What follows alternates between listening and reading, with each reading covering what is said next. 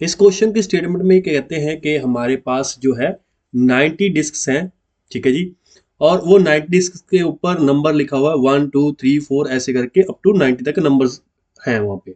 मतलब जो डिस्क हैं उनके ऊपर ऐसे काउंटिंग लिखी हुई है 1 2 3 सो ऑन अप टू 90, ठीक है जी। तो पहली बात हम यही लिख लेते हैं कि टोटल जो डिस्क्स हैं हमारे पास वो काउंटिंग में कितनी है, 90 है।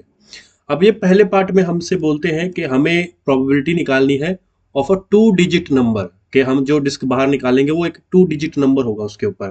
तो सिंपल सी बात है कि पहले हम 1 डिजिट नंबर वाले काउंट कर देख लेते हैं कितने डिस्क हैं वहाँ पे। तो एक 1 डिजिट है, फिर 2 आएगा, ऐसे करते करते लास्ट जो 1 डिजिट नंबर आएगा वो आएगा 9।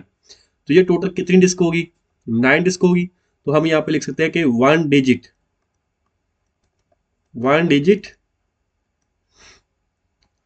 डिस्क, 1 डिजिट वाली डिस्क कितनी है हमारे पास, 9 है। तो 2 डिजिट्स वाली कितनी बचेंगी, अगर 1 डिजिट वाली 9 है तो 2 डिजिट वाली जो डिस्क होंगी वो कितनी होंगी, टोटल में से 1 डिजिट वाली हम माइनस कर देंगे, वो कितना बचा हमारे पास, 81। इट मीन्स 2 डिजिट जो डिस्क है हमारे पास वो कितनी है, 81 है। अब हम मान लेते हैं कि let this be event E, ठीक है। तो प्रोबेबिलिटी ऑफ इवेंट ई जो है वो हमारी कितनी आएगी, ऊपर आता है कि 2 डिजिट डिस्क कितनी है, वो नीचे आता है टोटल। तो दोनों 9 की टेबल पे डिवाइड किए तो हमारे पास आ गया आंसर 9/10। अब बात करते हैं सेकंड पॉइंट की। सेकंड पॉइंट पे कहते हैं कि हमें प्रोबेबिलिटी निकालनी है कि जो हम डिस्क बाहर निकालेंगे उसके ऊपर परफेक्ट स्क्वायर नंबर लिखा होगा। तो हम परफेक्ट स्क्वायर नंबर काउंट करना शुरू कर देते हैं। सबसे पहला 1 होता है, फिर 2 का स्क्वायर 4, 3 का स्क्वायर 9, फिर आता है 16, 25, 36, और फिर आएगा हमारे पास 49, और फिर आएगा हमारे पास 64, और फिर हमारे पास आएगा 81, और लास्ट में आएगा 100। अब हम यहाँ से चेक करें, देखो हमें नंबर कहाँ से कहाँ तक लेने हैं, 1 से लेकर 90 के बीच बीच में लेने हैं। तो मतलब 1 से लेकर 90 के बीच बीच तक लेंगे तो 100 वाले को नहीं लेंगे और 100 के बाद वालों को नहीं लेंगे। तो हमें ये काउंट करना है कि ये कितने नंबर है। तो एक तो तरीका ये हो गया कि हमने सारे के सारे परफेक्ट स्क्वायर लिख ही लिए। दूसरा तरीका क्या है, आप ये देखो सबसे छोटा कौन सा परफेक्ट स्क्वायर है जो इसमें लाई करता है, वो 1 है, ठीक है जी। और फिर ये देखो कि वो सबसे बड़ा नंबर कौन सा है जो इसके बीच में लाई करता है, वो है 81। 81 किसका स्क्वायर है, 9 का। इट मीन्स 9 यहाँ पे ऐसे स्क्वायर्स हैं परफेक्ट स्क्वायर जो इसके बीच में लाई करते हैं।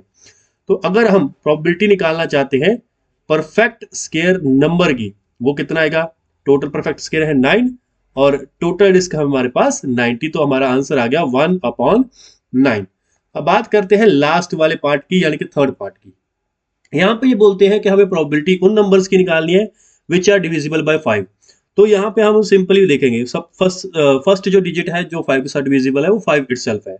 उसके बाद नेक्स्ट नंबर जो होगा वो 10 होगा, नेक्स्ट आएगा 15। ये सारे नंबर जो है वो 5 के साथ डिविजिबल है। और लास्ट में हमारे पास आएगा 90 क्योंकि खुद भी 5 के साथ डिविजिबल है।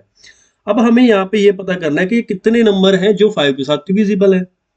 तो ऐसा करने के लिए हमें ज्यादा कुछ नहीं करना है, हमें बस इतना समझना है कि यहाँ पे इसको अगर ध्यान से देखोगे, यहाँ पे हमने इस चैप्टर को पहले किसी मतलब इस कंसेप्ट को पहले किसी चैप्टर में पढ़ा हुआ है।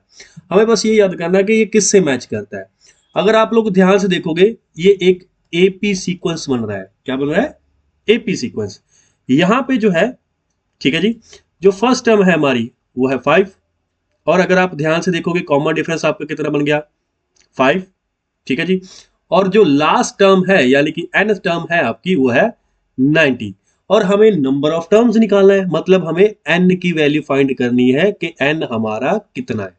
तो सिंपल सी बात है, ए एन हमारे पास गिवन है तो ए एन का फॉर्मूला लगाएंगे। ए एन का फॉर्मूला क्या होता है, A plus N minus 1 into D. A N यानी कि एन टर्म हमारी है 90, ठीक है जी। फर्स्ट टर्म है हमारी 5, एन की वैल्यू अभी हमें पता नहीं तो एन को n-1 ही रखेंगे, n-1 को। डी की वैल्यू जो है वो हमारी है 5। तो ये जो 5 है इसको इधर लेकर जाएंगे तो ये इधर जाके हो जाएगा माइनस, तो 90 माइनस 5 हमारे पास बन गया 85। उसके बाद ये जो 5 है इधर मल्टीप्लाई हो रहा है, उधर जाके डिवाइड हो जाएगा। तो डिवाइड किया, 5 1 जा 5, बचा 35 जो 7 के ऊपर जाता है। अब हमारे पास बन गया 17 इज इक्वल टू n-1। तो 1 उधर जाके प्लस हो जाएगा, हमारे पास n की वैल्यू आ जाएगी 18। इट मीन्स यहाँ पे ये जो टर्म्स हैं ये टोटल 18 इन नंबर है, तो मतलब वो नंबर डिविजिबल बाय 5। टोटल कितने हैं हमारे पास? हमारे पास ये टोटल नंबर है 18 और प्रोबेबिलिटी निकालनी है। प्रोबेबिलिटी निकालने के लिए हम क्या होता है, जिस चीज की प्रोबेबिलिटी निकाल रहे हो उसके नंबर ऊपर लिखो और नीचे क्या लिखो, टोटल। तो अब ये दोनों 9 के ऊपर डिविजिबल हुए, ऊपर आया 2, नीचे मेरे पास आया 10। ये फिर से 2 के ऊपर डिविजिबल हो गए तो मेरे पास आ गया 1/5 जो मेरा फाइनल आंसर है जी।